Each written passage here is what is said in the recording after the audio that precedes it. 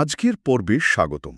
আমরা আজ বাইবেলের কিছু ভবিষ্যদ্বাণীমূলক লেখার গভীরে যাব, বিশেষ করে দানিয়েল আর প্রকাশিত বাক্য পুস্তক থেকে। এই লেখাগুলো সত্যি বলতে বহু যুগ ধরে মানুষকে ভাবিয়েছে, আর এর একেবারে কেন্দ্রে আছে একটা বেশ রহস্যময় চরিত্র, ছোট সিং বা লিটল হর্ন। তো আমাদের আজকের আলোচনা মূলত এই ছোট সিং নিয়েই। উৎসগুলো একে কিভাবে দেখে, এর মানেটা কি, আর অন্যান্য ভবিষ্যদ্বাণীর চরিত্রদের সাথে এর সম্পর্কটাই বা কেমন। ঠিক বলেছেন। এই উৎসগুলো যেগুলোর উপর ভিত্তি করে আমরা আলোচনা করছি, সেগুলো বেশ গভীর বিশ্লেষণ সামনে এনেছে। যেমন ধরুন, দানিয়েলের ৭ম অধ্যায়ে যে চতুর্থ ভয়ঙ্কর জন্তুটার কথা আছে, যেটাকে সাধারণত রোম সাম্রাজ্যের প্রতীক ধরা হয়, তার মাথা থেকেই কিন্তু এই ছোট সিংয়ের উঠে আসার কথা বলা হয়েছে। উৎসগুলো শুধু এর ওঠাই নয়, এর চরিত্র, কাজকর্ম আর এর যে সুদূর প্রসারী প্রভাব, সেগুলো নিয়েও বিস্তারিত আলোচনা করেছে। আমাদের কাজ হবে এই সব তথ্যগুলো একটু সহজ করে তুলে ধরা আর কি। হ্যাঁ, যেমন দানিয়েল ৭-এর ৮ পদ বলছে, এই সিংটার নাকি মানুষের মতো চোখ ছিল আর এমন একটা মুখ যা খুব বড়াই করত। আর সবচেয়ে অদ্ভুত ব্যাপার হলো, এটা উঠে আসার পথে আগের ৩টে সিংকে একেবারে উপড়ে ফেলেছিল। এর মানে কি? উৎসগুলো তো এই প্রতীকী ভাষার গভীরে গিয়ে এর মানে খোঁজার চেষ্টা করেছে। তাহলে চলুন উৎসগুলো পাতা উল্টে দেখি, এই ছোট সিং আসলে কি বা কাকে বোঝানো হচ্ছে, আর কেনই বা এটা এত গুরুত্বপূর্ণ।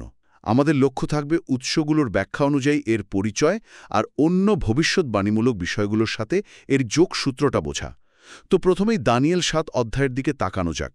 উৎসগুলো বলছে দানিয়েল ৭.৭ থেকে ৮ পদে যে চতুর্থ ভয়ঙ্কর জন্তুর কথা বলা হয়েছে, সেটা হলো রোম সাম্রাজ্য। আর এই রোমান প্রেক্ষাপট থেকেই এই ছোট সিং নামের শক্তিটা উঠে আসে। আচ্ছা, উৎসগুলো এই সিংটাকে কেমন চরিত্র হিসেবে দেখিয়েছে?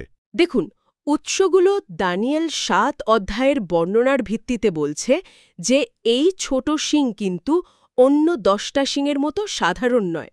এর কয়েকটা বিশেষত্ব আছে। প্রথমত, এটা অন্য ১০টা সিংয়ের পরে উঠে এসেছে। দ্বিতীয়ত, এটা যখন উঠছে তখন আগের ৩টা সিংকে একেবারে উৎখাত বা নির্মূল করে দিয়েছে। তৃতীয়ত, এর মানুষের মতো চোখ আছে, যা হয়তো বুদ্ধিমত্তা বা ধূর্ততার প্রতীক, আর একটা মুখ আছে যা খুব বড়াই বা উদ্ধত্যপূর্ণ কথা বলে, বিশেষ করে ঈশ্বরের বিরুদ্ধে। উৎসগুলো এই বৈশিষ্ট্যগুলো খুব গুরুত্ব দিয়ে বিশ্লেষণ করেছে আসলে। ঈশ্বরের বিরুদ্ধে কথা বলা, এটা তো বেশ মারাত্মক অভিযোগ। দানিয়েল ৭:২৫ পদ কি এই ব্যাপারে আরও কিছু বলে? উৎস সেখানে কি খুঁজে পেয়েছে? অবশ্যই। দানিয়েল ৭.২৫ পদটা উৎসের ব্যাখ্যায় খুবই গুরুত্বপূর্ণ একটা জায়গা। সেখানে বলা হচ্ছে, এই শক্তিটা সর্বপরিস্থের বিরুদ্ধে কথা বলবে, ঈশ্বরের নিন্দা করবে। শুধু তাই নয়, এটা সর্বপরিস্থের পবিত্রগণকে, ঈশ্বরের অনুগত লোক বা সাধুদের, তাদের উপর অত্যাচার করবে আর নিরূপিত কাল ও ব্যবস্থা পরিবর্তন করতে মনস্থ করবে। এই ব্যবস্থা বা আইন পাল্টানোর চেষ্টাটাকেও কিন্তু উৎস খুব তাৎপর্যপূর্ণ মনে করে, কারণ এটা সরাসরি ঈশ্বরের কর্তৃত্বকে চ্যালেঞ্জ করার মতো ব্যাপার। আর ওই যে অত্যাচার চলবে একটা নির্দিষ্ট সময় ধরে, সেটার ব্যাপারে উৎস কি বলছে? এককাল, ২ কাল ও অর্ধকাল, এটা ঠিক কি? হ্যাঁ, এই সময়কালটা নিয়েও উৎসগুলো বিস্তারিত আলোচনা করেছে। এককাল, ২ কাল ও অর্ধকাল, এই রহস্যময় সময়টাকে সাধারণত ৩.৫ বছর হিসেবে ধরা হয়। উৎসগুলো এই ৩.৫ বছরকে আবার অন্য কয়েকটা সময়ের সাথেও মেলায়, যেমন ১২৬০ দিন যদি ১ মাস ৩০ দিন ধরা হয়, অথবা ৪২ মাস। আর দেখুন, বাইবেলের ভবিষ্যদ্বাণী ব্যাখ্যার ক্ষেত্রে একটা নীতি আছে, দিন বছর নীতি, ডে ইয়ার প্রিন্সিপল। সেটা প্রয়োগ করে উৎসগুলো এই ১২৬০ দিনকে ১২৬০ বছর হিসেবেও দেখেছে। আর সবচেয়ে জরুরি বিষয় হল, উৎসগুলো অত্যন্ত স্পষ্টভাবে এই ছোট সিং শক্তিটাকে চিহ্নিত করেছে ব্যাবিলনীয় রোমান পোপতন্ত্র, ব্যাবিলন রোম পেপাল পাওয়ার হিসেবে। তাদের যুক্তি হল, ইতিহাসের দিকে তাকালে এই বৈশিষ্ট্যগুলো আর এই সময়কালটা পোপতন্ত্রের উত্থান এবং মধ্যযুগের শাসনের সাথে বেশ মিলে যায়। আচ্ছা, তাহলে দানিয়েল ৭ অধ্যায়ে মূলত রোমান সাম্রাজ্যের পতনের পরে একটা নির্দিষ্ট ধর্মীয় রাজনৈতিক শক্তির উত্থানের কথা বলছে, যাকে উৎস পোপতন্ত্র হিসেবে দেখছে। এবার দানিয়েল ৮ অধ্যায়ের দিকে যাই চলুন। সেখানেও কি ছোট সিং শক্তির কথা আছে? উৎসগুলো কি বলছে? হ্যাঁ, দানিয়েল ৮ অধ্যায়েও একটা ছোট শিংয়ের উল্লেখ পাওয়া যায়, তবে এর প্রেক্ষাপটটা একটু অন্যরকম। এখানে এই শিংটা আলেকজান্ডারের মৃত্যুর পর যে গ্রিক সাম্রাজ্য ৪ ভাগে ভাগ হয়ে গিয়েছিল তার একটা ভাগ থেকে উঠে আসছে। উৎসগুলো কিন্তু এই শিংটাকেও আগেরটার সাথে জুড়েছে, যদিও এর ওঠার প্রেক্ষাপট আলাদা। এই শিংটা দক্ষিণে, পূর্বে আর মনোরম দেশের দিকে, মানে যেটা সাধারণত ইসরায়েলকে বোঝায়, সেদিকে ছড়িয়ে পড়ে খুব শক্তিশালী হয়ে ওঠে। কতটা শক্তিশালী? দানিয়েল ৮, ১০, ১১ পদের বর্ণনা তো বেশ চমকে দেওয়ার মতো। আকাশের সৈন্যদল তারাদের মাটিতে ফেলে দেওয়া, এর মানে কি? উৎসগুলো এই ভাষাটাকে প্রতীকী হিসেবেই ব্যাখ্যা করে। আকাশের সৈন্যদল বা তারা বলতে হয়তো ঈশ্বরের লোক বা ধর্মীয় নেতাদের বোঝানো হচ্ছে, যাদের ওপর এই শক্তিটা আক্রমণ চালায় বা তাদের পদদলিত করে। দানিয়েল ৮-১১ অনুযায়ী এটা নিজেকে এতটাই বড় মনে করে যে বাহিনীপতি অর্থাৎ ঈশ্বরের সমান বা তারও ওপরে জায়গা দিতে চায়। এখানেই শেষ নয়, এটা তার থেকে নিত্য হোম বলি তুলে নেয়, মানে দৈনিক উপাসনা বন্ধ করে দেয়, এবং তার ধর্মধাম বা পবিত্র স্থান নিক্ষেপ করে, মানে ধ্বংস করে। উৎস বলছে এই নিত্য হোম বলি বন্ধ করাটা ঈশ্বরের আরাধনার উপর একটা সরাসরি আক্রমণ। কিন্তু এখানে একটা অদ্ভুত বিষয় আছে, যেটা আপনি বলছিলেন। দানিয়েল ৮:১৪ বলছে এই সিংহের ক্ষমতা নাকি তার নিজের নয়। এর মানে কি দাঁড়ায়? ঠিক, এটা খুবই গুরুত্বপূর্ণ একটা পয়েন্ট যা উৎসগুলো তুলে ধরেছে। এই শক্তিটা নিজে থেকে এতটা ক্ষমতাশালী নয়, বরং এটা অন্যের শক্তি ব্যবহার করে, মানে সম্ভবত রাজনৈতিক বা রাষ্ট্রীয় ক্ষমতার উপর ভর করে নিজের প্রভাব বাড়ায়। উৎস মনে করে এটা এমন একটা ধর্মীয় শক্তি যা রাষ্ট্রশক্তির সাহায্য নিয়ে কাজ করে।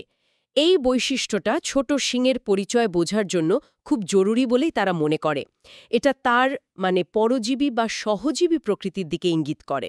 তাহলে দানিয়েল ৭ আর ৮ দুটো অধ্যায়ই একটা অহংকারী ঈশ্বর বিরোধী শক্তির কথা বলছে, যা ঈশ্বরের লোকদের ওপর অত্যাচার করে আর উপাসনা বন্ধ করার চেষ্টা করে। উৎসগুলো কি দানিয়েলের অন্য অংশেও এই একই ধরনের বিষয় খুঁজে পেয়েছে? যেমন ধরুন দৈনিক উৎসর্গ বন্ধ করা বা ওই ধ্বংসকারী ঘৃণ্য বস্তু স্থাপন করার মতো ব্যাপার। একদম। উৎসগুলো দানিয়েলের অন্যান্য ভবিষ্যৎবাণীমূলক অংশগুলোকেও একসুতোয় বাঁধার চেষ্টা করেছে। যেমন দানিয়েল ৯-২৭ পদে উল্লেখ আছে যে এক ভাবী শাসনকর্তার লোক আসবে যারা শহর আর ধর্মধাম ধ্বংস করবে এবং সপ্তাহের অর্ধাংশে বলিদান ও নৈবেদ্য নিবৃত করবে। এরপর দেখুন দানিয়েল ১১ অধ্যায়ে উত্তরের রাজা কিং অফ দ্য নর্থ নামে এক শক্তির কথা বলা হয়েছে, যে কিনা ঈশ্বরের বিরুদ্ধে দাঁড়াবে, ধর্মধাম অর্থাৎ পবিত্রস্থান অপবিত্র করবে, নিত্য হোমবলি তুলে দেবে এবং বিনাশক ঘৃণার্হ বস্তু স্থাপন করবে। এই উত্তরের রাজা বা ঘৃণ্য বস্তু স্থাপনকারী, এদেরকেও কি উৎস ছোট সিংহের সাথেই যুক্ত করছে? হ্যাঁ, উৎসগুলোর মূল যুক্তিটাই হলো এটা। তারা দেখাচ্ছে যে দানিয়েলের বিভিন্ন অধ্যায়ে হয়তো ভিন্ন ভিন্ন নামে বা প্রসঙ্গে আসছে, কিন্তু এই শক্তিগুলোর কাজের ধরনটা একই: ঈশ্বরের উপাসনা বন্ধ করা, পবিত্র স্থান অপবিত্র করা, নিজেকে বড় মনে করা, ঈশ্বরের লোকদের কষ্ট দেওয়া। দানিয়েল ১২.৭ পদেও আবার সেই এককাল ও দুই কাল ও অর্থকালের কথা ফিরে আসছে, যখন পবিত্র প্রজাদের শক্তি চূর্ণ করা সম্পূর্ণ হবে। তো উৎস এই সমস্ত চরিত্র, ছোট সিং, উত্তরের রাজা, ঘৃণার্হ বস্তু স্থাপনকারী, এদেরকে একই সত্তা বা শক্তির বিভিন্ন প্রকাশ বা প্রতীক হিসেবেই দেখছে। তাদের মতে দানিয়েল আসলে বারবার একই শক্তির বিষয়ে বিভিন্ন দিক থেকে সাবধান করছেন। এই ধারণাগুলো কি শুধু পুরাতন নিয়মেই আছে, নাকি নতুন নিয়মেও এর কোনো ছায়া পাওয়া যায়? উৎসগুলো কি এই সংযোগটা করেছে? অবশ্যই, এবং উৎসগুলো এই সংযোগটাকে অত্যন্ত গুরুত্বপূর্ণ মনে করে। তারা নতুন নিয়মের দুটো প্রধান অংশের দিকে ইশারা করেছে। প্রথমত মথি ২৪.১৫ পদে, যেখানে যিশু নিজে দানিয়েলের ভবিষ্যৎবাণীর উল্লেখ করে বলছেন, অতএব যখন তোমরা দেখিবে যাহা দানিয়েল ভাবাদি দ্বারা কথিত হইয়াছিল, সেই বিনাশের ঘৃণার্হ বস্তু পবিত্র স্থানে দাঁড়াইয়া রহিয়াছে। যিশুর এই কথাটা প্রমাণ করে যে দানিয়েলের এই ভবিষ্যৎবাণী তার সময়ে এবং পরেও প্রাসঙ্গিক ছিল। আর দ্বিতীয় অংশটা, আপনি কি ২ থেসালোনিকীয়র কথা বলছেন? ঠিক ধরেছেন। ২ থেসালোনিকীয় ২-৩-৪ পদে পোল পাপ পুরুষ বা বিনাশ সন্তান সান অফ পারডিশন এর কথা বলছেন। এই ব্যক্তি সম্পর্কে বলা হয়েছে যে সে বিরোধিতা করে এবং আপনাকে ঈশ্বর কথিত বা পূজ্য সকলের উপরে উন্নত করে, এমনকি সে ঈশ্বরের মন্দিরে বসিয়া আপনাকে ঈশ্বর বলিয়া দেখায়। দেখুন, উৎসগুলো বলছে এই বর্ণনা দানিয়েলের ছোট সিং বা উত্তরের রাজার বর্ণনার সাথে একেবারে মিলে যাচ্ছে। ঈশ্বরের বিরোধিতা করা, নিজেকে ঈশ্বরের জায়গায় বসানো। তাহলে উৎসগুলোর মতে দানিয়েলের ছোট শিং, উত্তরের রাজা, ঘৃণার্হ বস্তু, নতুন নিয়মের বিনাশ সন্তান, এই সবই তাহলে একই শক্তির বিভিন্ন নাম বা দিক। হ্যাঁ, উৎসগুলো বিশ্লেষণ অনুযায়ী তাই। এবং সেই শক্তিটি হল ব্যাবিলনীয় রোমান পোপতন্ত্র। হ্যাঁ, তাদের বিশ্লেষণ অনুযায়ী তারা এই সমস্ত প্রতীককে একটা ধারাবাহিকতার মধ্যে দেখে আর এই সিদ্ধান্তে পৌঁছায় যে এগুলি সবই সেই ঐতিহাসিক এবং ধর্মীয় রাজনৈতিক শক্তিকেই নির্দেশ করছে, যাকে তারা ব্যাবিলনীয় রোমান পোপতন্ত্র নাম দিয়েছে। তাদের কাছে এটা কোনো বিচ্ছিন্ন প্রতীক নয়, বরং বাইবেলের বিভিন্ন অংশে ছড়িয়ে থাকা একই শক্তির একটা বিস্তারিত ছবি। বিষয়টা বেশ গভীর। আচ্ছা, এবার চলুন প্রকাশিত বাক্য পুস্তকের দিকে যাই। সেখানেও কি এই ধরনের জন্তু বা শক্তির বর্ণনা আছে? প্রকাশিত বাক্য 13 অধ্যায়ের ওই যে সমুদ্র থেকে ওঠা জন্তুটা, সেটার বিষয়ে উৎস কি বলছে? প্রকাশিত বাক্য 13 অধ্যায়ের জন্তুটা উৎসের ব্যাখ্যায় একটা খুব গুরুত্বপূর্ণ সংযোগ তৈরি করে। এই জন্তুটা সমুদ্র থেকে উঠে আসে, যার 10টা শিং আর 7টা মাথা আছে। এর শরীরে দানিয়েলের দেখা আগের 3টা জন্তুর সিংহ, ব্যাবিলন, ভল্লুক, মিডিয়া পারস্য, চিতাবাঘ, গ্রিস বৈশিষ্ট্য রয়েছে, যা বোঝায় এটা আগের সাম্রাজ্যগুলোর ক্ষমতা বা চরিত্র ধারণ করে। এই জন্তুটাও কিন্তু 42 মাস, মানে সেই 3.5 বছর বা 1260 দিনের সময় ধরে কাজ করার ক্ষমতা পায়।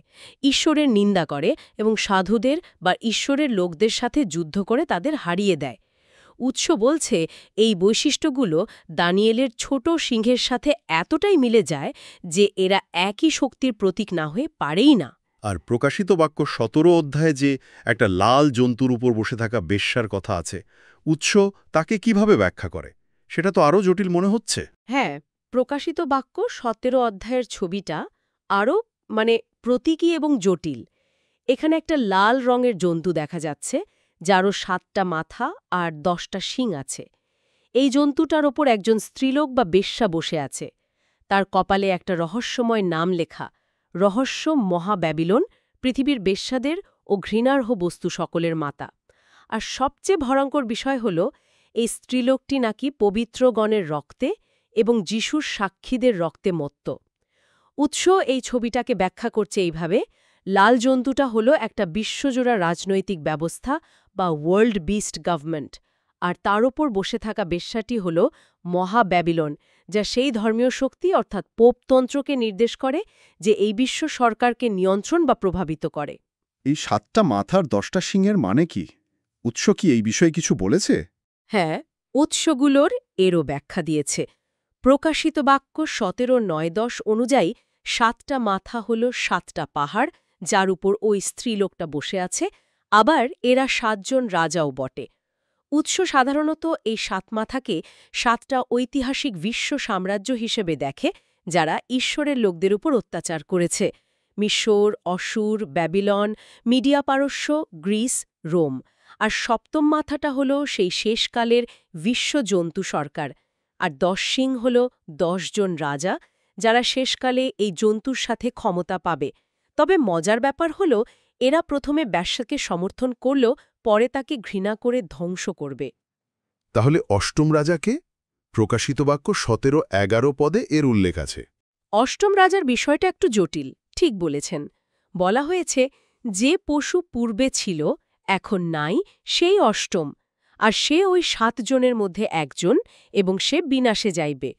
উৎস এটাকে ব্যাখ্যা করে এইভাবে: এই অষ্টম রাজা আসলে 7ম মাথা, বিশ্ব সরকার, এবং তার উপর বসে থাকা বেশ্যার পোপতন্ত্র, মিলিত শক্তি, যা আসলে অতীতের রোমান সাম্রাজ্যের চরিত্রের একরকম পুনরুত্থান।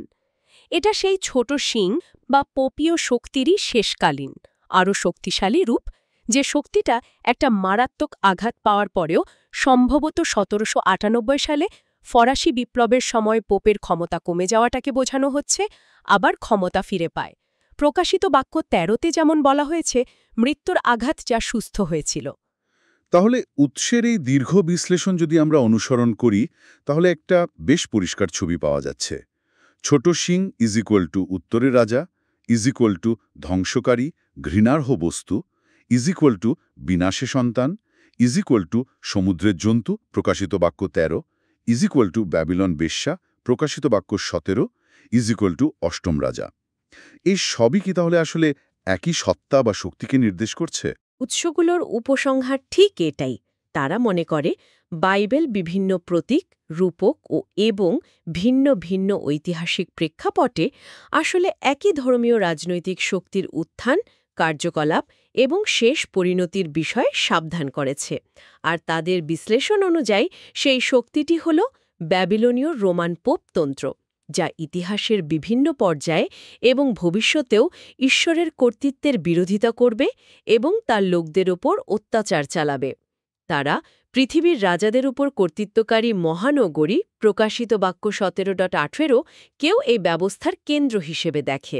এখানে একটা প্রশ্ন স্বাভাবিকভাবেই মনে আসে, যেটা উৎসগুলো আলোচনা করেছে দেখা যাচ্ছে। এই ছোট সিং কি মূলত মধ্যযুগের সেই ঐতিহাসিক পোপতন্ত্রকে বোঝাচ্ছে, নাকি এটা শেষকালের কোনো শক্তি, নাকি দুটোই? আচ্ছা, উৎসগুলো এই বিষয়ে দুটো প্রধান ব্যাখ্যার উল্লেখ করেছে এবং একটা সমন্বয়ের চেষ্টাও করেছে। প্রথম ব্যাখ্যাটা মূলত দানিয়েল ৭ অধ্যায়ের উপর ভিত্তি করে। সেখানে ১০টা সিংকে পশ্চিম রোমান সাম্রাজ্যের পতনের পর ইউরোপে গড়ে ওঠা ১০টা রাজ্য হিসাবে দেখা হয়। আর ছোট সিং উঠে আসার সময় যে ৩টে সিংকে হেরুলি, ভ্যান্ডাল, অস্ট্রিগোথ উপড়ে ফেলেছিল, সেগুলোকে পোপতন্ত্রের উত্থানের পথে বাধা সৃষ্টিকারী রাজ্য হিসেবে চিহ্নিত করা হয়, যাদেরকে নির্মূল করা হয়েছিল। তো এই ব্যাখ্যা অনুযায়ী দানিয়েল ৭-এর ছোট সিং প্রধানত মধ্যযুগের পোপতন্ত্রকে নির্দেশ করে, যার শাসনকালকে উৎসগুলো প্রায়শই ৫৩৮ খ্রিস্টাব্দ থেকে ১৭৯৮ খ্রিস্টাব্দ পর্যন্ত, মানে সেই ১২৬০ বছর ধরে থাকে। আর দ্বিতীয় ব্যাখ্যাটা, সেটা কি প্রকাশিত বাক্যের উপর বেশি নির্ভরশীল? হ্যাঁ, দ্বিতীয় ব্যাখ্যাটা প্রকাশিত বাক্য ১৩ এবং ১৭ অধ্যায়ের উপর বেশি জোর দেয়। সেখানকার ১০ সিংকে শেষকালে উঠে আসা ১০ জন রাজা বা ১০টা জাতি বা জাতিরাষ্ট্রের জোট হিসেবে দেখা হয়। আর এখানে লক্ষ্য করার মতো বিষয় হল, প্রকাশিত বাক্যের এই ১০ সিং কিন্তু কোনো ৩টে সিংকে উপড়ে ফেলছে না, বরং তারা শেষ পর্যন্ত বেশ্যাকে অর্থাৎ পোপতন্ত্রকে ঘৃণা করবে আর তাকে ধ্বংস করে ফেলবে। যেহেতু দানিয়েল ৭-এর ওই ৩টে সিং উপরে ওড়ানোর ঘটনা এখানে নেই, তাই কেউ কেউ মনে করেন প্রকাশিত বাক্যের জন্তু আর বেশ্যা মূলত শেষকালের পুনরুদ্ধার হওয়া পোপীয় শক্তি এবং তার সহযোগী বিশ্ব ব্যবস্থাকেই নির্দেশ করে। তাহলে উৎসগুলো কি এই দুটো ব্যাখ্যার মধ্যে কোনো একটাকে বেছে নিয়েছে, নাকি দুটোকেই সত্যি মনে করে? দেখুন, উৎসগুলো সাধারণত একটা সমন্বিত ব্যাখ্যা দেওয়ার চেষ্টা করে। তারা মনে করে দানিয়েল ৭-এর ছোট সিং মূলত মধ্যযুগে পোপতন্ত্রের উত্থান এবং তার দীর্ঘ শাসনকালকে চিত্রিত করে, যেখানে ৩টা প্রতিদ্বন্দ্বী শক্তিকে নির্মূল করা হয়েছিল। অন্যদিকে প্রকাশিত বাক্যের ছবিটা হল শেষকালে এই শক্তির পুনরুত্থান এবং বিশ্বব্যাপী প্রভাব বিস্তারের ঘটনা। অর্থাৎ যে শক্তি মধ্যযুগে আঘাতপ্রাপ্ত হয়েছিল, মৃত্যুর আঘাত, সেটাই শেষকালে আবার সুস্থ হয়ে হিল্ড বিশ্বমঞ্চে আবির্ভূত হবে অষ্টম রাজা বা সমুদ্রের জন্তু হিসেবে, যা বেশ্যা বা পোপতন্ত্র দ্বারা নিয়ন্ত্রিত বা প্রভাবিত হবে। সুতরাং উৎসগুলোর দৃষ্টিতে এটা একই শক্তির ভিন্ন ভিন্ন ঐতিহাসিক পর্যায়ের প্রকাশ। বোঝা গেল।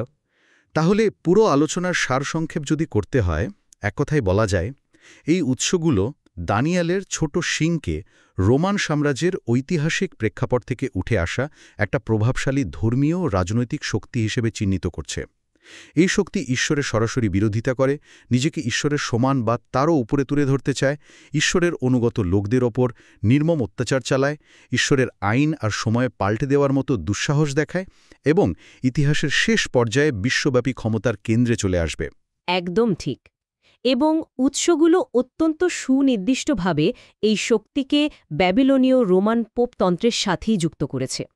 তাদের ব্যাখ্যা অনুযায়ী এই শক্তি অতীতে রোমান সাম্রাজ্যের পতনের পর থেকে ক্ষমতার কেন্দ্রে ছিল এবং ভবিষ্যতেও শেষকালে একটি বিশ্ব সরকারের মাধ্যমে বা তার সহযোগিতায় নিজের প্রভাব বিস্তার করবে। আমরা যে বিভিন্ন নাম বা প্রতীক নিয়ে আলোচনা করলাম, ছোট সিং, উত্তরে রাজা, ধ্বংসকারী ঘৃণার্হ বস্তু, বিনাশ সন্তান, ব্যাবিলনীয় বেশ্যা, সমুদ্রে জন্তু, অষ্টম রাজা, উৎসগুলোর দাবি অনুযায়ী সবই আসলে একই মূল সত্তার ভিন্ন ভিন্ন প্রকাশ বা প্রতীক। আজকের এই গভীর আলোচনা থেকে আমরা বাইবেলের ভবিষ্যৎবাণীর এক অত্যন্ত জটিল, বিতর্কিত কিন্তু ভীষণ আকর্ষণীয় অংশের ব্যাখ্যা জানার চেষ্টা করলাম।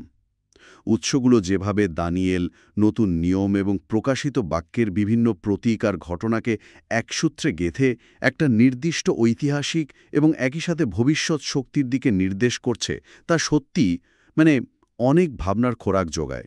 নিঃসন্দেহে এই ধরনের ব্যাখ্যা বহু শতাব্দী ধরে ধর্মতত্ত্ববিদ আর ইতিহাসবিদদের আলোচনার বিষয় হয়ে থেকেছে। উৎসগুলো যেভাবে খুব আত্মবিশ্বাসের সাথে বিভিন্ন চরিত্র, প্রতীক আর সময়কালকে ব্যাবিলনীয়, রোমান, পোপতন্ত্রের উত্থান পতন এবং ভবিষ্যৎ পুনরুত্থানের সাথে জুড়েছে, তা নিয়ে বিতর্ক তো আছেই, কিন্তু এর প্রভাব অস্বীকার করা যায় না। এটা শুধু ধর্ম বা ইতিহাসের বিষয় নয়, এটা আসলে ক্ষমতা, রাজনীতি আর ধর্মের যে জটিল সম্পর্ক তা নিয়েও মৌলিক প্রশ্ন তোলে। কিভাবে একটা ধর্মীয় সত্তা রাজনৈতিক ক্ষমতা অর্জন করতে পারে, ব্যবহার করতে পারে বা তার অপব্যবহারও করতে পারে। ঠিক তাই। আর আলোচনার শেষে একটা বিষয় শুধু ভাবনার জন্য রেখে যেতে চাই, যা উৎসগুলো পরোক্ষভাবে ছুঁয়ে গেছে। দানিয়েল ৮:২৪ পদ অনুযায়ী যদি এই ছোট সিং বা সমতুল্য শক্তি তার নিজের ক্ষমতায় নয়, বরং অন্যের, ধরা যাক রাজনৈতিক বা রাষ্ট্রশক্তির ওপর নির্ভর করে ক্ষমতা দেখায়, তাহলে ক্ষমতার এই ধরনের একে অপরের ওপর নির্ভরশীল সম্পর্ক বর্তমানে বা ভবিষ্যতে আর কি রূপে প্রকাশ পেতে পারে। কোনো শক্তি কি বাইরে থেকে দেখতে দুর্বল বা নিরীহ মনে হলেও আসলে অন্য কোনো বড় কাঠামোর আড়ালে থেকে অনেক বেশি বিধ্বংসী হয়ে উঠতে পারে?